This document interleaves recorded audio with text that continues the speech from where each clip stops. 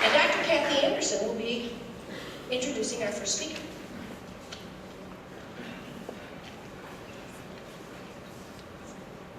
Good morning, everybody.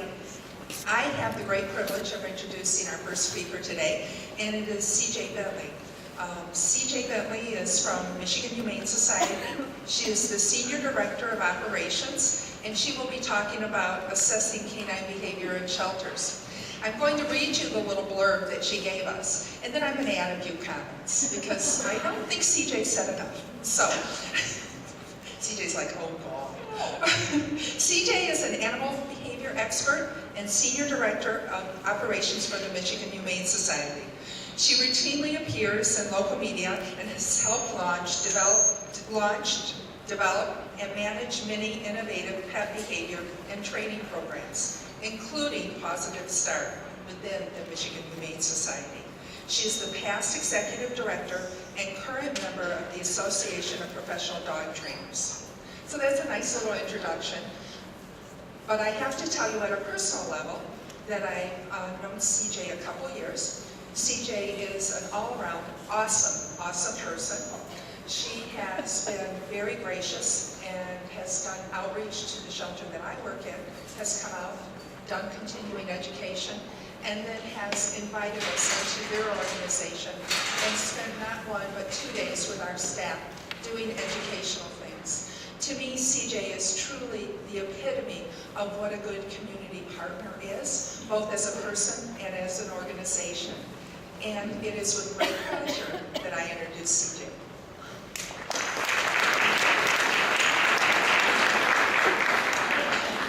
Thank you.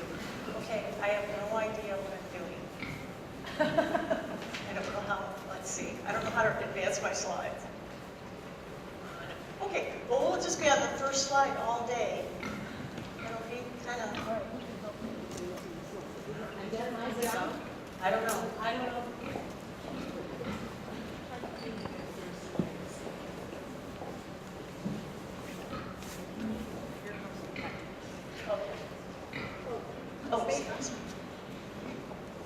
Oh, okay. Well, thank you very much, Dr. Anderson, for that lovely introduction. I feel like I can't even talk now. That was way better than I really am. So just to get started, and you were talking about adding a little piece to my cake. I have officially added a little piece to my cake. I've never lectured in front of pigs before. So as far as expanding my comfort zone, there you go. And if you want to look at the pigs the whole time, that would be okay. Real quickly, Dr. Anderson kind of already went over who I am. I am the Senior Director of Operations for the Michigan Humane Society. I've been there paid staff about 10 years, but I was a volunteer before that, so all in all, I've been part of the Michigan Humane Society for about 17 years. I started off in the development of their dog behavior and training program, so that's how, and then they got tired of seeing me around, so they just decided to keep me around permanently. I am responsible for the daily operations, so basically what that means, Michigan Humane Society, those of you probably know, we have 3 full-service shelters, one in Detroit, one in Rochester Hills, and one in Westland. We also have a satellite adoption facility that's relatively new out in Sterling Heights by Lakeside Mall and a Petco. And then we have 6 cat adoptions out of 6 PetSmart stores in the Metro Detroit area. And the adoption portion, animal welfare and adoption portion for all of those is my responsibility. And that also includes the evaluation of animals that are relinquished to us, and that's what we're going to talk about a little bit today. As Dr. Anderson mentioned, I am a member of the Association of Pet Dog Trainers. I was a certified pet dog trainer, but I let that lapse. But I was one once, so I do have that on there.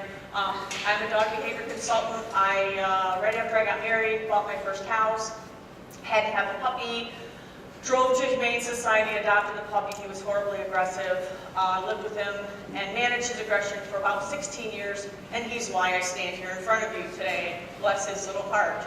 He's long gone, but he taught me a lot of lessons and kind of put me on my path to where I am. Positive Start, as Dr. Anderson mentioned, that's a relatively new training program that we started at the Michigan Humane Society. We have volunteers come in after hours when the public is gone, and they train our adoptable animals, and they teach them to do weird things. They teach them to file their own nails. They teach them to ring a bell. And we also have a secret weapon that we teach. We don't tell people, so please don't share this. But we teach no bad dog. So if you say to one of our shelter dogs, no, bad dog, shame on you, they lay flat on the ground, put their chin down, and look up at you very soulfully. Because we're thinking that'll keep them out of trouble once they get into their homes, right? But we don't tell people we teach that. So that's just a little bit about who I am. And I do need to apologize. This presentation, I've given it a few times in the past. It's about 90 minutes long. And then I looked at the agenda late and saw that I have 45. So you're about to get 90 minutes. I'm lecturing 45 minutes, so kind of hold on to your seat. I'm sure I can do it, because I can talk just that fast. Okay. Space level. Yes? Okay.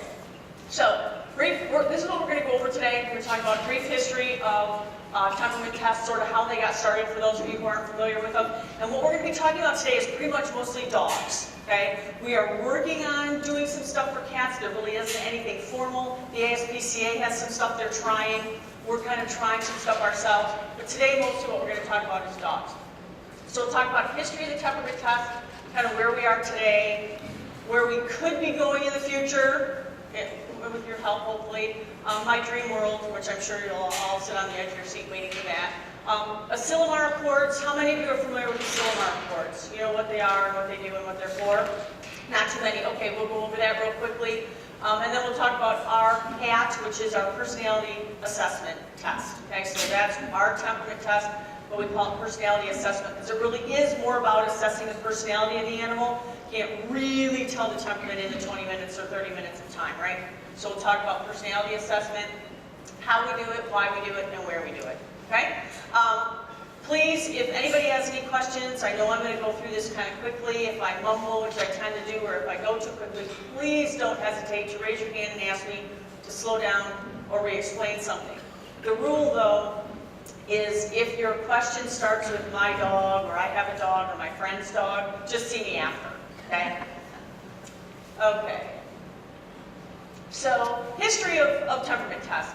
There was a time when we didn't do them, right? For those of you who are as old as I am, which is embarrassingly old, I must say, there was a time when we would go through our shelters, and if they were really, really full, we'd go, which one's been here the longest, which one's big, which one's black, right? Those had to go, because people don't want them. Black animals sit longer, big dogs sit longer, overweight animals sit longer, right? And if they've been there for a little bit, well, they're just going to get sick, so we might as well pull them. That's how we used to do it. And it wasn't good. And we had time limits. Shelters did, animal controls did, right? And some places still do. Now, we don't. And most progressive places no longer have time limits, but people tend to, I don't know, our industry is maturing, and there's a lot of groups who will use that time limit as a guilt thing. Oh, he's got 10 days left, and no. You know what, at ours, as long as they're happy and healthy, and they're more than welcome to stay, as long as they need to stay until they find a home. But back then, that was pretty much how we had to do it. If they were there for a certain length of time, we had to pull them, right? Black ones, old ones, big ones. We realized that there became this, that it almost was like a revolving door. We would adopt the animals out, not knowing too much about them and not knowing too much about the homes they were going into, and then they'd come back. And then we put them back out and they'd come back. Not good for anybody. It also, by putting animals into inappropriate homes, could be the greatest animal in the world, but if you don't send them home with the right home for him, they're going to have some issue with them, right? We have a person on our staff right now who took a dog from a woman who recently had a baby and said her dog was driving her crazy and she couldn't live with him anymore. He's this big, he's a big, shaggy, like a Great Pyrenees mix he looks like, and he was ruining her house. He had chewed up her couch, he had eaten all of her baby stuff, she was at her wit's end, so through mutual acquaintances, the dog ends up getting placed with my coworker who has 3 other dogs who are great dogs, no kids, you know, she can bring the dog to work, and she does. The dog's been perfect, not ruined one thing in her house. So it's not always, you know, that the animal's bad. Sometimes it's that we place them in an environment that doesn't set them up for success. So by sending animals home that we don't know that much about, into homes that we don't know that much about, it's almost kind of like speed dating. And we're perpetuating the fact that, you know, shelter pets are damaged, right? People think that, you know, well, I'm not going to adopt from a shelter. Well, you guys probably don't. But a lot of people will say, you know, I'm not going to adopt from a shelter because, you know, they got baggage. There's something wrong with them. They failed out of their first home, and that's why they're here. Well, maybe it was the home's fault, right? So we, as a rescue community, need to place really great animals up for adoption, and we need to make sure those really great animals go into homes that continue to make them successful animals, okay? So, Sue Sternberg, most of you have probably heard of her. She came up with the first kind of nationally recognized temperament test in 1991. It was nationally recognized. It wasn't necessarily nationally accepted. Whenever you're the frontiersman, right, you're going to face a little adversity, and Sue certainly did. And then in 2008, Kelly Bolin actually took Sue's test and validated it, right, to find out, well, hey, Sue's taken a lot of flack for this. She's been called every name under the sun. You know, animals are dying, because basically Sue said, hey, put the animals through these exercises. If they pass, you put them up for adoption. If they fail, you should euthanize them. And that caused that's different than black ones, old ones, big ones, right? Personally, I have a bigger problem with black ones, old ones, big ones, because there can be really nice black animals and really nice old animals and really nice big animals, right? And Sue at least was trying to add some semblance of science to it. Let's treat all of them the same and just assess their behavior, okay? And that rocked some people's worlds. So Kelly Bolin came along in 2008 and actually did an assessment where she herself personally used Sue's test and assessed some absurdly large number of animals, compared the history that they came in with the assessment that she found based on doing Sue's test, and came up with a high, I believe it was around 85% success rate, right? So what she saw after doing Sue's test, 85% of the time matched with what the owner said, this is what it's like to live with this dog. So that helped to validate. And of course, Sue has tweaked, and now there's other ones, right? They're safer out there, which the ASPCA has. Okay, so there's Sue's, which is now called the Pet. There's the ASPCA Safer that was developed by Dr. Emily Weiss. Dr. Amy Martyr at the Animal Rescue League has one called Match-Up. That one is strictly done via the computer. Then you go in and it's long. But I have all the websites for all this stuff, so you guys can go play with all of it, okay? It's at the end. So you can go into Match-Up and you can plug in, you know, what the owner tells you, or for those of you who are like us, we don't always have what the owner tells us because we take in a ton of strays. So we're working with a blank slate.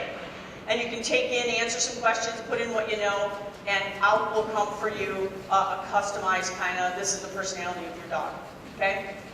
There's a ton of custom versions out there.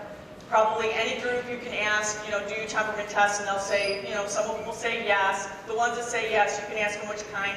And in my world, most of them will say a modified Safer or a modified Sue Sternberg. And so ours, technically then, if you use that terminology, is a modified Sue Sternberg. We started with Sue's. We took the resources that we had available. We did our own research, although I'd love to do more. And we came up with one of our own. Okay?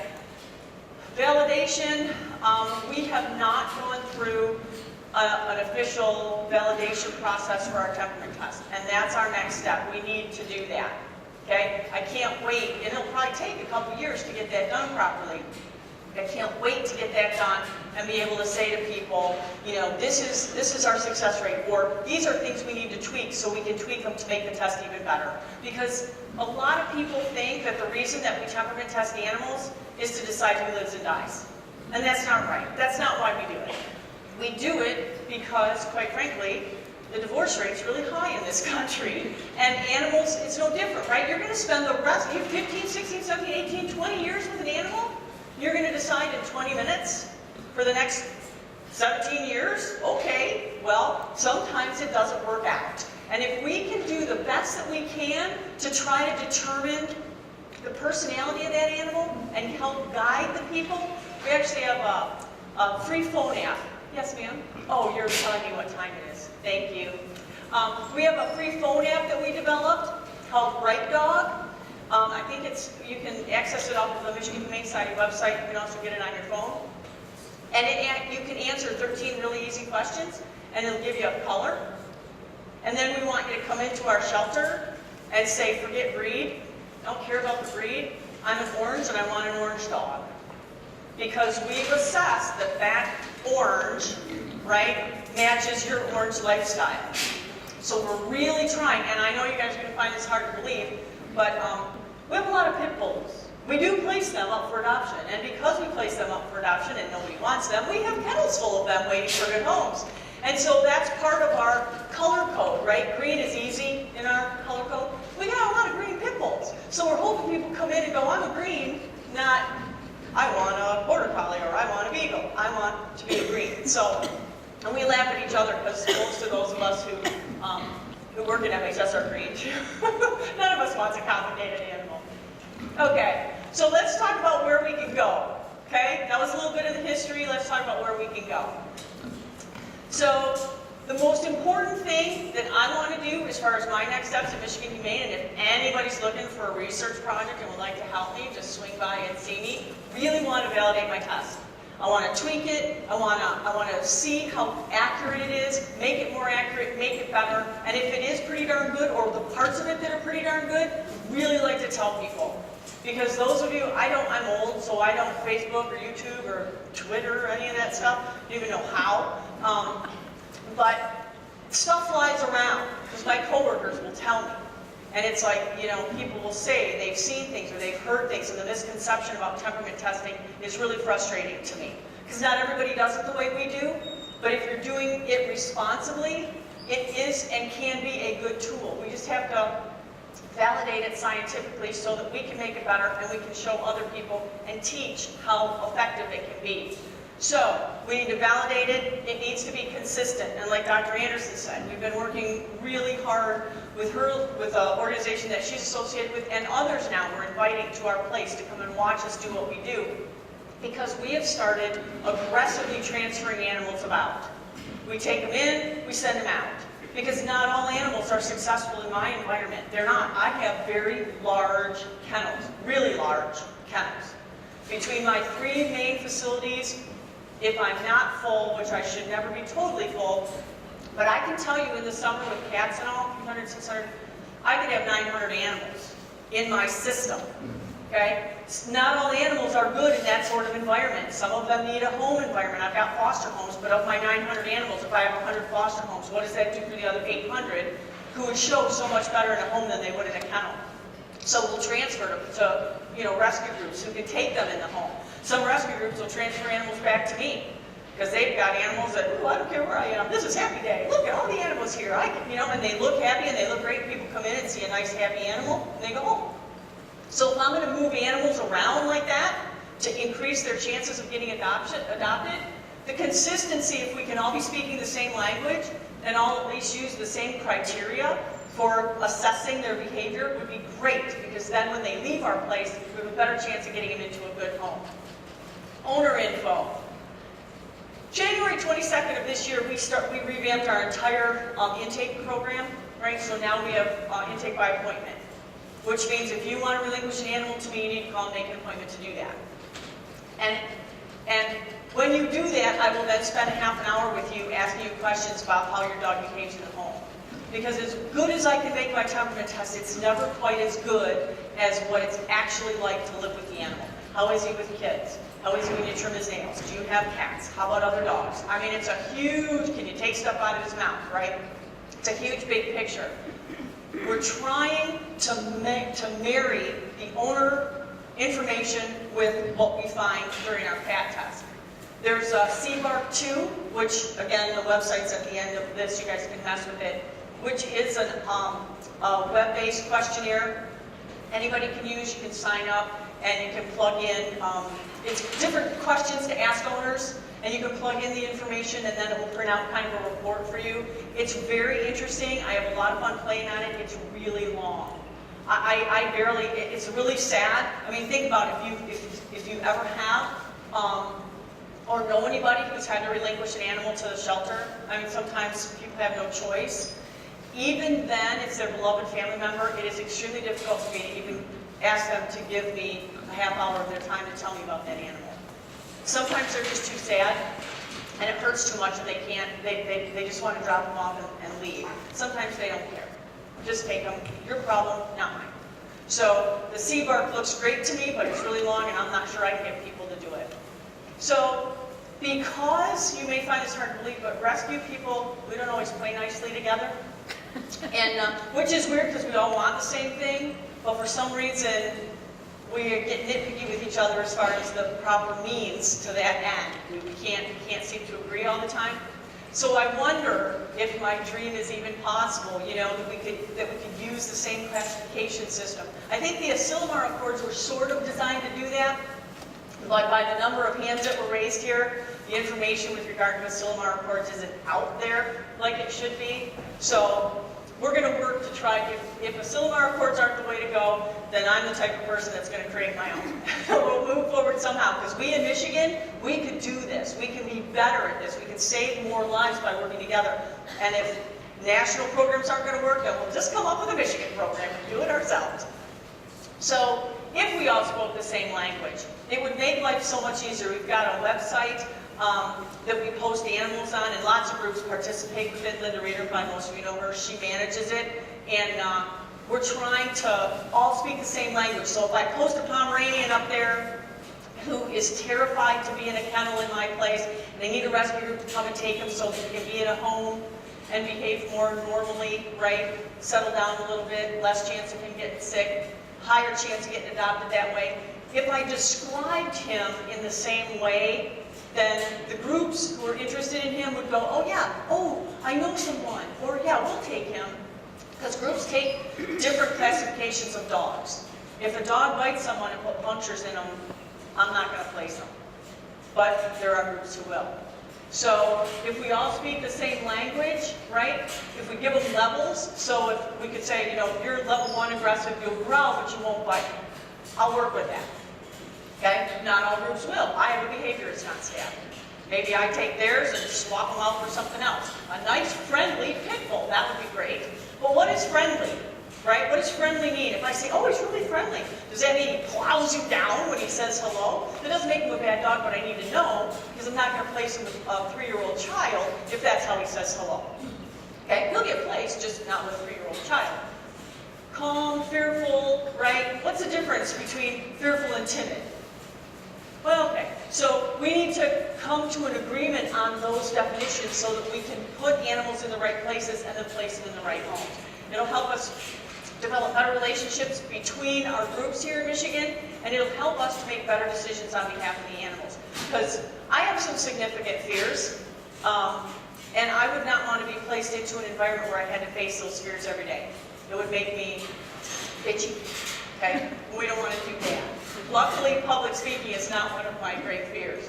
And here's the coolest part of all, for those of us, you know, who work in rescue in Michigan, we don't have to agree on what's adoptable.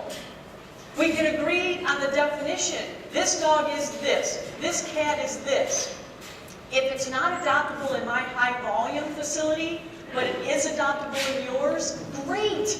Here, take them, find them a home. And you have something that you're like, oh my gosh, this dog's unflappable. He's most, you know, if he'll show in my kennel, I'll slap you. I'll take that dog that'll show well in my kennel because I have a ton of traffic. So the advantage of placing with me, I got hundreds and hundreds of people come through my facility. But if the dog's cowering in the corner and wets himself every time somebody walks by, he's not going to show well. Okay? So I'm going to send him to a rescue. The rescue's more than welcome to send me something that's bouncy and happy and says hi to everybody that walks by their kennel. We got plenty of those too. And that allows them to place in a home that's appropriate for that dog, and me to place in a home that's appropriate for that one. So I'm not looking for us to agree on what's adoptable, because that would never happen. But at least agree on describing who they are. So here's the Asilomars, ready? Okay, they were developed in 2004. They were developed in a place called Asilomar. That's why they got their name.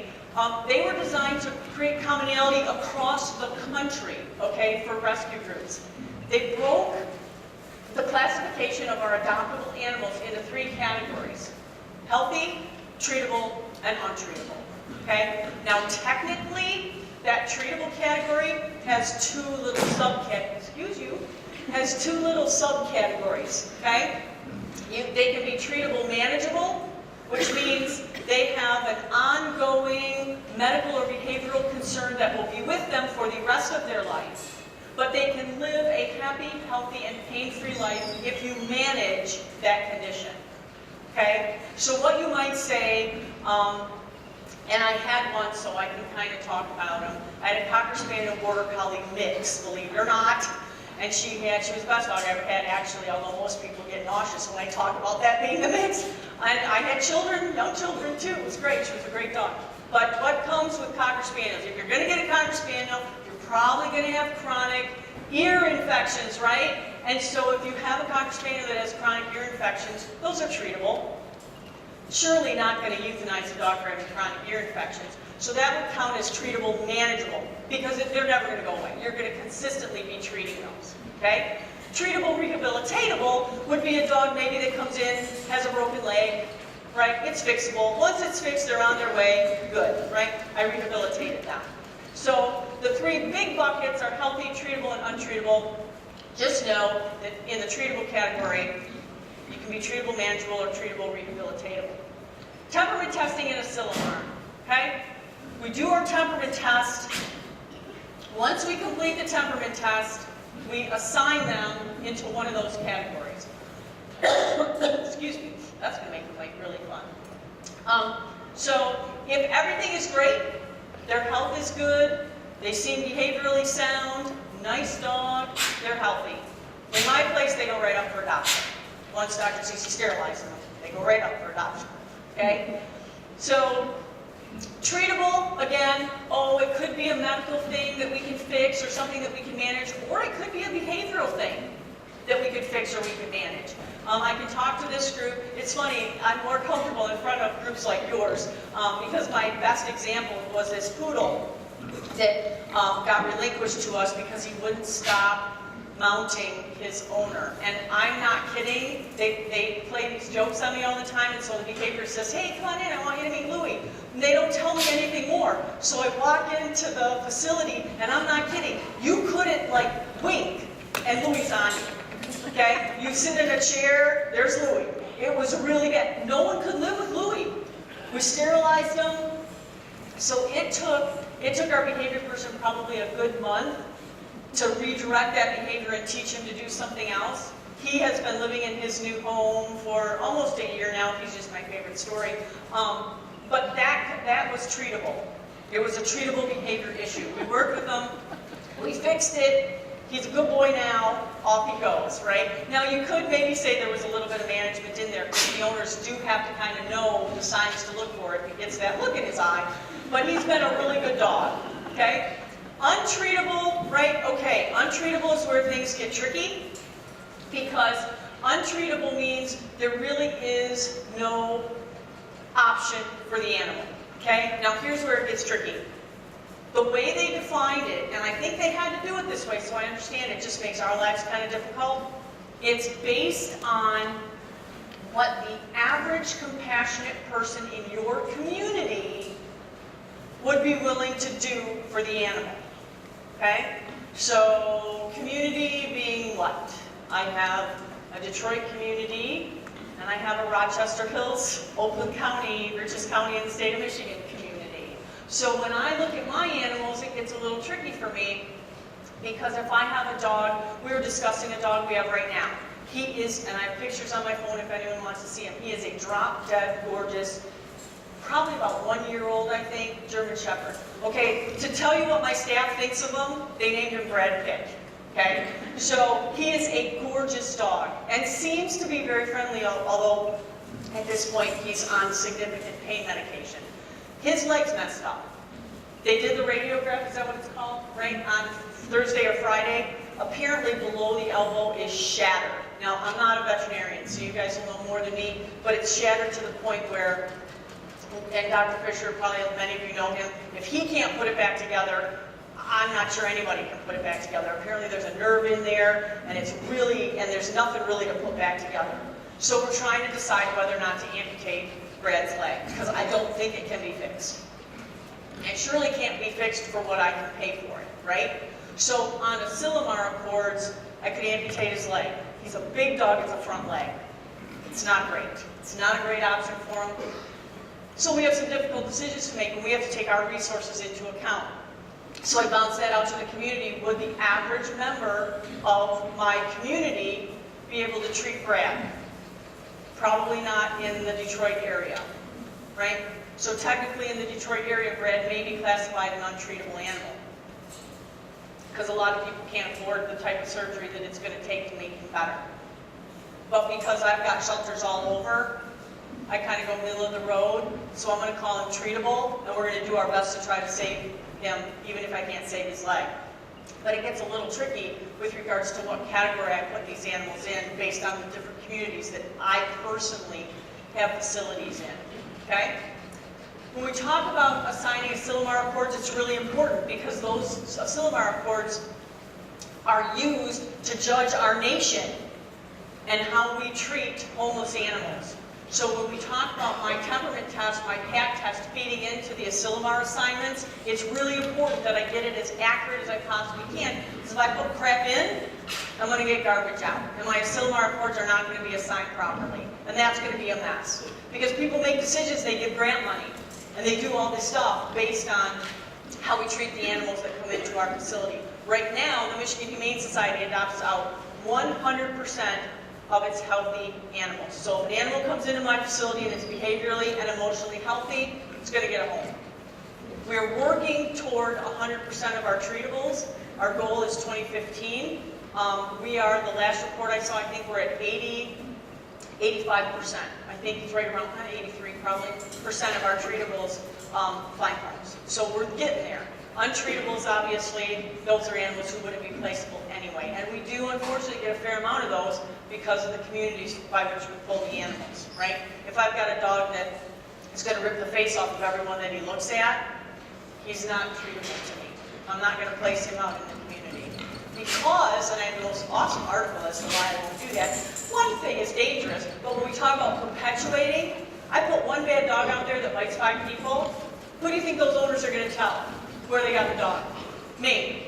And so the people they work with, the people that are standing in line at the grocery store, the people at whatever, their dinner party people, pretty soon, right, it says 6 degrees of Kevin Bacon, and pretty soon I put one bad dog out, and now 200 people have heard about the awful dogs that come from me, and those people won't step in my door. So I may think I did the right thing by saving that one that bit 3 people, but now I've effectively killed probably 100 more because I got 200 people who won't come into my building because they think I have yucky animals. Look, these pigs are so cute. They're like watching me. So you guys could all fall asleep, and at least I have the pigs. This is good. So if we all did temperament tests the same and actually validated them so that we could all speak the same language, we could communicate better on behalf of the animals, we'd have more accurate Asilomars, which means organizations like the ASPCA and HSUS would be able to give grant money and develop programs that were based on real numbers for the communities. We could have better communication between the groups, save a ton more animals, and we still don't even need to agree on what's adoptable, which is the best part of the whole thing. Okay? So, here's ours. It's our personality assessment test. We took Sue's and tweaked it. We are an open admission facility. While we do request, we try to insist on appointments, we don't turn people away. Really what the appointments do is they defer you. A lot of people make snap judgments with regards to relinquishing their animal. And some people, you may find this hard to believe, but some people, if they're pissed off at their neighbor, they'll go over to their neighbor, steal their neighbor's dog, or if they're going through a messy breakup, they'll take the family dog and bring it to us, dump it. So this whole appointment thing is very effective in slowing that down. They're having a good time. I'm going to throw a ball for them or something. We are very, very high volume. We'll do 30,000 intakes in a year. Look at how much fun they're having. I don't know anything about pigs though. Is that fun? Are they having fun or are they, okay. Okay, good. That's all good. Because you know when I was a kid and you'd watch the squirrels chase each other and I always thought, oh, they're playing, now I know. Now it's, oh, they're territorial. Maybe they're not playing. It's not tag, they're playing. So, because we are so high volume, we do the best with what we have. I think we do a great job, but it's important to keep in mind we are who we are. We have the resources that we have, and we have the limitations that we have because we are so high volume. We get criticized a lot of times from these smaller groups who don't understand, you know, maybe there is something different we can do with a dog like Brad Pitt. But when I see 30,000 in a year, sometimes I have to make a really difficult decision. I can save one or I can save 6. There's my choice. Okay? So we revise our test every year. We talk to people. We had Kelly Boland come in and actually do an assessment of our test. She helped us tweak it a little bit. We went out to San Francisco and spent some time with Bad Rap, and we incorporated some of the stuff with them. So we revise it every year. My goal, I really want to validate. I really do. Okay, so we talked about better matches. We talked about our color code system.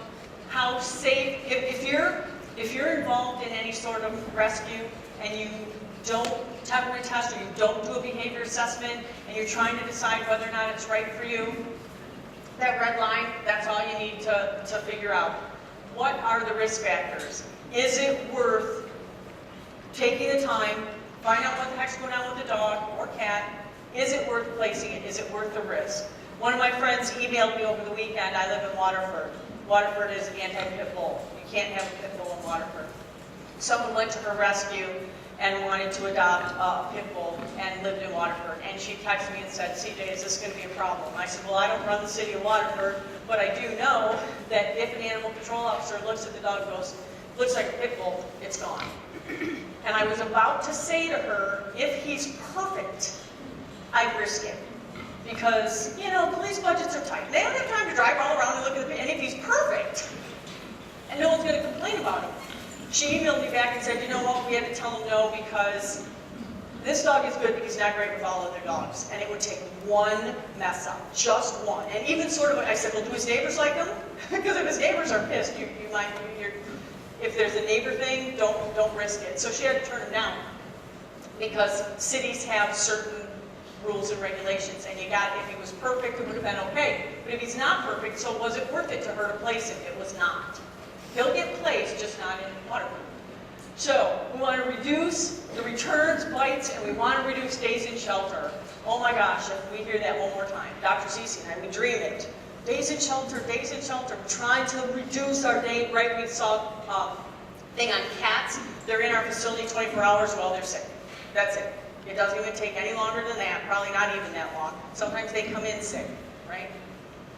So, really quickly, this is what we test for, okay? And I believe the instructions, at least part of the test, was posted online for you guys. If you have any questions, my email will be at the end. You can send them to me. We do have we set up a formal invitation thing, like Dr. Anderson was talking about, where you can actually come, watch us do the test, talk to me about how we do it, why we do it, how we read it, all that kind of stuff. But this is basically what we test for. We want to know how social or forgiving the dog is, right? Because we violate their trust all the time, okay? They think we're one way, we're in a bad mood, we snap at them, we yell at them, one of the things we do in the test is we kneel down and let them get close, and they sniff us, and then we do a little puff of air in their face. That's all we do. Some dogs pop a cork. I've had dogs lunge at me and grab the bars because I blew in their face. Does that mean I'm going to flunk the dog? No, it doesn't. But does that mean I'm going to place the dog with a small child who are very erratic and illogical and most of what they probably not? Okay? We check them for excitability and playfulness, which is really important in the bully breed dogs that we have. I want to know, I don't care, honestly, I don't care how excited they get. They get excited as they want. It makes me happy. But they need to be able to calm down. I can't have them get excited to the fact that they start grabbing people, okay, or other animals, okay? So I test them for that. I test them. I do the food bowl rawhide, right? We let them eat. We try to take the food away. Huge lightning rod. A lot of people hate that. I don't hate it. My son's 15, but he's been with me this whole time. And when he was 2, 3, 4 years old, would I have wanted to take a dog into my house that would bite him if he walked by the food bowl? No. Nope. So we do it. I have another presentation where I show how we do it and what people think we do compared to what we really do. It's done very fairly. And we actually do have a program for food bowl, dogs who are a little growly around the food bowl, depending on what criteria they meet. We do have a behavior modification program that we go through. He just slid. I'm going to go in there afterwards and play with the pigs. I want to know how afraid, if they're fearful, how they react to strangers, because we all have guests, right? People coming over. So when you look at the test that I included with this presentation, it's really up to you to decide what's most important to you, what you want to test for. We have 2 people do it, and we insist that people do it in the right order, because we get busy. When you got 30,000 animals, right, it can be a little overwhelming. I got like 16 people to do 30,000 animals. So what they were doing a few years ago, the little cheaters, oh, everyone knows all Rottweilers are bad around the food bowl, so they would just do food bowl first. And they'd skip the beginning parts. Okay, that was a huge violation. We had to smack them and start all over.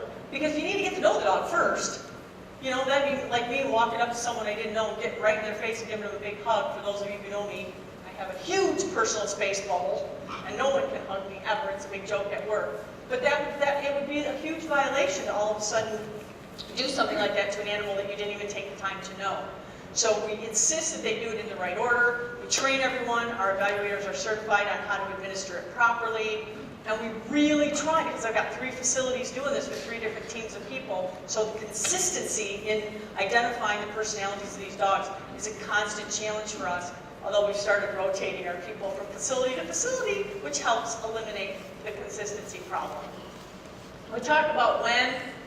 Okay, now that we're intake by appointment, we do it right then. You bring your animal in, I take a history, I ask you to sit in the lobby, I go through the test, including the blood work for heartworm, feluke, FIV, the whole 9 yards. I do all that, I bring you in, and I talk to you about what I saw. If what I saw makes the animal not safe for adoption in my facility, I will tell you that. And then you have a choice. You can take them home with you. You don't have to leave them with me, okay? But if you do, we're going to have to talk about what my options are. If I tried to take the food bowl from your dog and he took a finger off of my hand, I'm not going to place him in a home. And if you've lived with him successfully, he is your dog, you've had him for the past 7 years, then you need to decide if maybe he should go home with you. Maybe you should call a trainer. Maybe you have a family member with no children that you would be better placed with. It's up to you. He's your animal. Okay? Some people will say, now you shouldn't evaluate them the minute they come in the door. You should wait 3 days, right? That's our chill time that we use, kind of a standard in my world. Some dogs benefit from the 3 days, and some dogs, it's hugely detrimental. Some dogs, the minute you bring them in, they were with their owner a second ago, and they're still, oh, this is kind of cool, this is novel, oh, hi, oh, you're cool. And we can do the test, and it's good. If I left those dogs for 3 days, they'd be like, oh my God, not one more day, and the stress up and up and up and up and up and up, right? Some dogs relax, some dogs don't. I can't win. I do the best I can. So right now, they come in, I evaluate them, I give the owner the decision, they take it from there. Where do we do it? There's nowhere quiet in the shelter. If you've been to any of my facilities, there's nowhere quiet. But we did recently build a separate spot in Detroit, so we are as quiet as we can be. We have really nice rooms now. They're very private. So I think we're doing a better job than we did before. The most important thing for us, though, is to make sure our testers are safe. Okay? So here it is. Really what we want to know, how will the dog adjust to the new home environment? We want to make really great matches by using color code and the Right Dog app that I told you about. I want to place safe animals. Safe dogs need homes too. It's not just the ones that bite people that need placement. It's like, it seems like every time there's this big, huge, and a dog's aggressive and people come out of the woodwork, we must say that, well, what about the 800 others I have in my facility who wouldn't hurt a fly? They're homeless too. They need homes too. So I want to place safe animals, and I want families to come to me. I don't want, the people who come to me aren't like you guys. They're normal, not that you're not normal. They're normal people who, with little kids. They want a best friend. They want Snoopy. They don't want a lifelong project. They don't want something they're going to have to work with for the next 2 years to make sure that it doesn't bite their children. I want to place animals through the proper channels, because not one animal may be more successful in one environment than it is in mine. I think there's room for a universal test. I think Michigan could be the huge, I think we could, okay, they did it in Texas. They got a bunch of people together. It took 2 years. Mr. Bias told me it took 2 years, but they got all the rescue groups to agree on at least the definitions for the Asilomar Accords. And when I gave this presentation at MPAW, I had a bunch of people sign up on a piece of paper saying, hey, I want to play. I want to participate. I'll do it via email, maybe conference call, whatever, but I want to help. And so we sent emails to like the 25 people that signed up, and 3 of them said, oh yeah. So, well, you know what? If it's 3 of us, it'll go a lot faster, won't it? The whole decision-making process. So there's everything you need to know. My information, please feel free to email me at any time with any questions or suggestions. Seabark's up there. Reg Dog's a lot of fun. You should give that a try. Sue's Assess a Pet, Dr. Weiss's Safer, and Dr. Murray's Matchup, all right there. And I think I successfully did 90 minutes in 40. Oh gosh, I have 5 minutes for questions. Look at that. Yes, ma'am. One, how do you work with the local base sites in regards to the state? And the other one is there any room also for doing a lot of animal assessment, climate assessment, and their academics? Okay, so 2 really good questions. First one is, how much work do we do with other local humane societies? A ton. We didn't used to. We used to be really bad. We used to be like, you know, we're the Michigan Humane Society, and you people don't know what you're doing. But that has changed dramatically over the past 2 years, I'm going to say. Like Dr. Anderson was saying, we are in great collaboration with groups like hers, and we have now opened it up so people, huge invitation just went out, so people could come actually all across the state and learn what we do, and we learn what they do. We've learned some great cat things from some other groups, and moving dogs and cats back and forth a ton. So we've gotten a lot better at that than we used to. Economics is very difficult. Her second question was, how much do we know about a prospective adopter's economics? That makes it really hard. I mean, we're not going to ask them for their family income, but we do our best to look at history. So, oh, you had an animal before. How often did he go to the vet? Oh, he had this wrong with him. Well, what did you do? You know, he broke his leg. Well, how did you take care of that? What are you going to do? Where's he going to live? What are you going to do when you go on vacation? I mean, we try to find out without actually asking what your annual household income is. Because what we really care about is what will they go through to make sure the pet has the care. Any other questions? Yes, ma'am. Microphone. She's like, yeah, just yeah. So a lot of adoption processes are going to much more open, less questions. You know, we aren't the person to judge the Right. correct owner. What's your take on that, and what is there any that we should make very much more open adoption process? Yeah, that's a really, really, really good question. If you're looking for, you know, a research project, you know, come and see me. We actually have, oh yeah, sure. The question was, she brings up a good point. There is a movement in our arena with regards to how we do adoptions and what the adoption process is. And it used to be super, super strict, and we'd go through this questionnaire and we'd decline people and label people. And now the movement is getting more toward what we call a conversational adoption, which is more grassroots. I want to take more time. I want to talk to the person, have a conversation, and find out, really, because we're looking to make matches. We're not looking to, just like the temperament test, I'm looking to make a good match. I'm not necessarily looking to decline. It feels like years ago when I first started, it was almost like the adoption process was designed so that we could decline people. Oh, we had a guy, no joke, we had a guy come in, this was years ago, answered all of our questions, passed everything with flying colors, had a dog tied to the bumper of his car, a German Shepherd tied to the bumper of his car out in a parking lot. We did not, he was going to come back, we approved him, but he didn't see anything he liked it. Walked out into the parking lot, unhooked the dog's leash from the bumper of the car, took the dog, put it in the trunk, shut the trunk, and drove away. That's how he transported his stuff. So, you know, it became obvious to us at that point that, you know, what we really need to do is talk to people like they're human beings and get them to tell us stuff in the course of the conversation. So we do it both ways.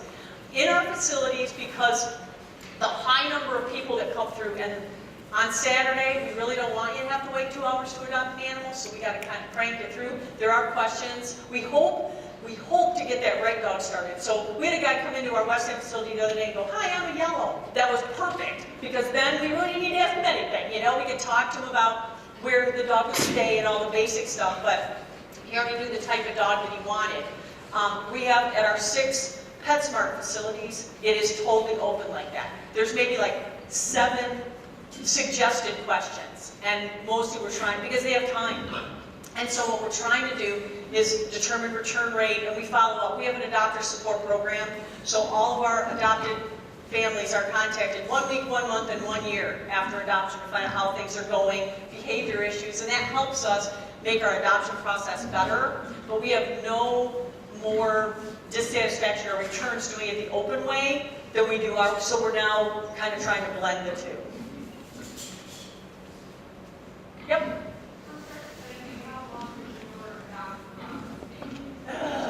Oh, okay. That question gives me a headache. She said, from start to finish, how long does the adoption process take? We really need to revamp our adoption process, because I want people to have the time to feel comfortable talking to our staff, and it's not so routine and questions and bang, you're approved, you're not. Really want to make good matches. Right now, it probably takes 45 minutes to an hour to do an adoption, and I have really mixed emotions about that, because on the one hand, I'm making a lifetime 15, 17-year match, and to think, you know, an hour does not seem unreasonable. To most people coming into my building, an hour is very unreasonable. They're there on their lunch hour, or they're there, you know, they've got to get, no one plans for an hour, you know, like I said, speed dating. So I'd like to make it really efficient, and really accurate, and really pleasant, and really, really accurate, and really shorter. And I don't know if I can do that.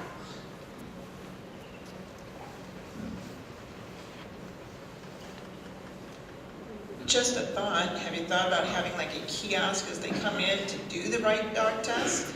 So they know more while they're standing and waiting in line, they can be sitting there doing those things to make things more efficient for you. That's a really awesome idea, and we have talked about the concept of a kiosk. We are unable to put a kiosk in our current Detroit building for security reasons. It's things, when we come into work in the morning, sometimes in our Detroit building, the roof was aluminum. The guard shack had aluminum siding. It doesn't anymore because someone came and ripped it off because they sell it. We have issues because there's controlled substances in the Detroit building, and people will often try to come in through the roof. That is very difficult for us. We have talked about the kiosk idea. We're just trying to come up with, in our West End facility, it would be beautiful because we have a nice, huge, big lobby. We could put one in there. We're just looking for someone who might be interested in sponsoring, you know, the process. Make it like a wedding registry kind of, you know, you get a printout and everything would be really cool. Yep. One more based question. It's been in the underground world that groups like the ASPCA and the HSUS are working together with groups such as PETA. As an instructor of the Michigan organization, maybe further, do you feel or recognize any of that going on? No. Well, she had asked if the A and HSUS were working with PETA on some initiatives, and if I had heard anything. I have not. I do know that at Easter time, when there were a bunch of chicks dyed purple and pink and blue and green being sold out of a box outside a strip joint on 8 Mile, PETA got involved, and we went down and picked the little chicks up. They were very brightly colored, and we actually, you know, they were awesome. They worked with us really well, and it was terrific. So I don't know what they're doing. I do know on occasion we have contact with them, and so far it's been good. We need to move on, and I'd like to thank CJ today, what everybody's done.